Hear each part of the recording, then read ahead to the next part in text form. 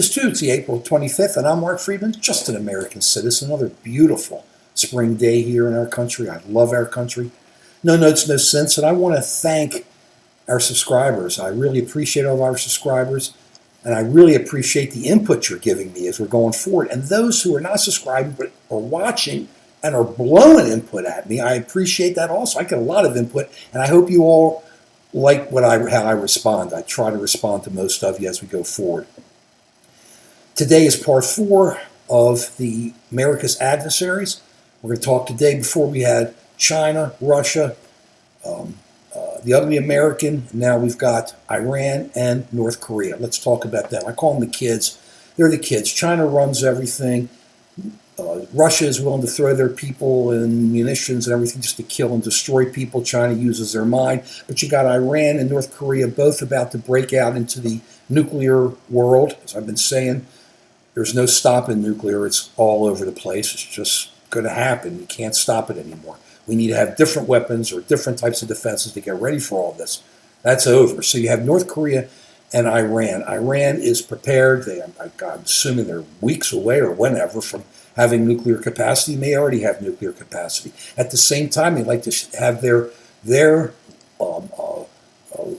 those that they look out for, those little groups in like Syria, to attack America, attack our troops while we're there fighting the Islamic State.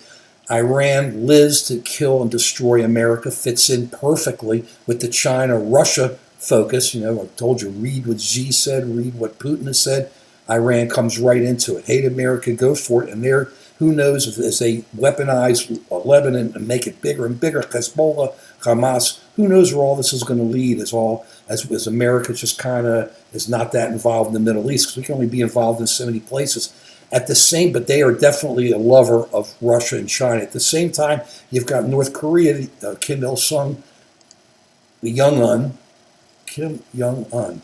It ain't Kim Il-sung. Kim Il-sung was his dad. The Young-un, Kim Jong-un, sorry. Oh, man, I don't have it all. No notes, no sense. Kim Jong. So the Young-un is focusing on nuclear energy. He's pretty close to having nuclear weapons. He shoots his missiles off everywhere. Now what's happening, if you watch, he does what he wants to do. China just says, kind of do your thing, Young-un. Have a good time.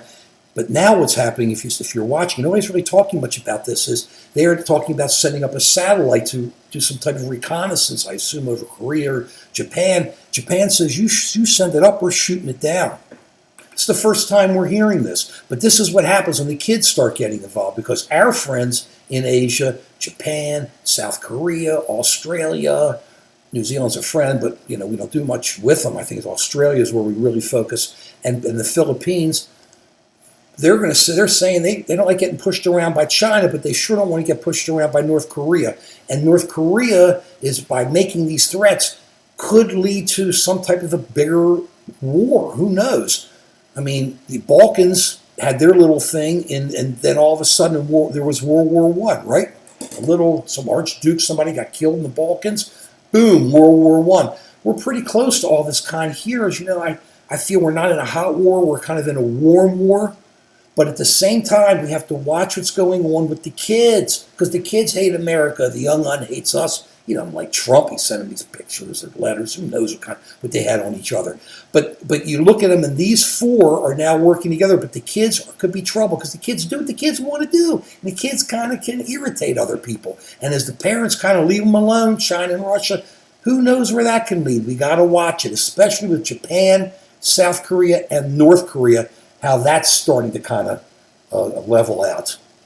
Interesting stuff. Look, I believe we're going to pull out of all this and be successful in the United States. This is going to be many years. We're splitting off from half the world, and the rest of the chunk of the world doesn't like us. Only has some friends. As I've been saying from the beginning, look at the ugly American. Our NATO ally, Turkey, works with Russia. I mean, I can see why they're all doing this. India works with with Russia, and a little bit with China. You just got... Brazil is bringing in China. So when you see all this going on, we have to get serious. We have to really know where we're going, how our defense is going to work, bring our friends in, and be prepared and put real money into this, because this is no joke. They are coming after America.